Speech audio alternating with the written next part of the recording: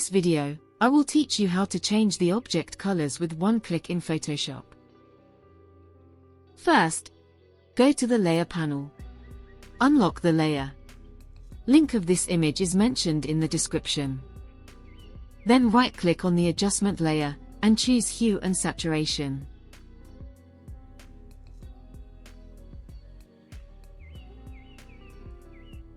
Click on this icon. And click on this icon also. And select the color that you want to change. Now you can increase or decrease the hue, saturation, or lightness.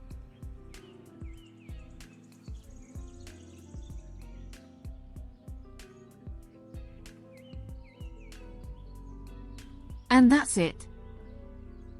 Here is before. And here is after. Isn't it amazing?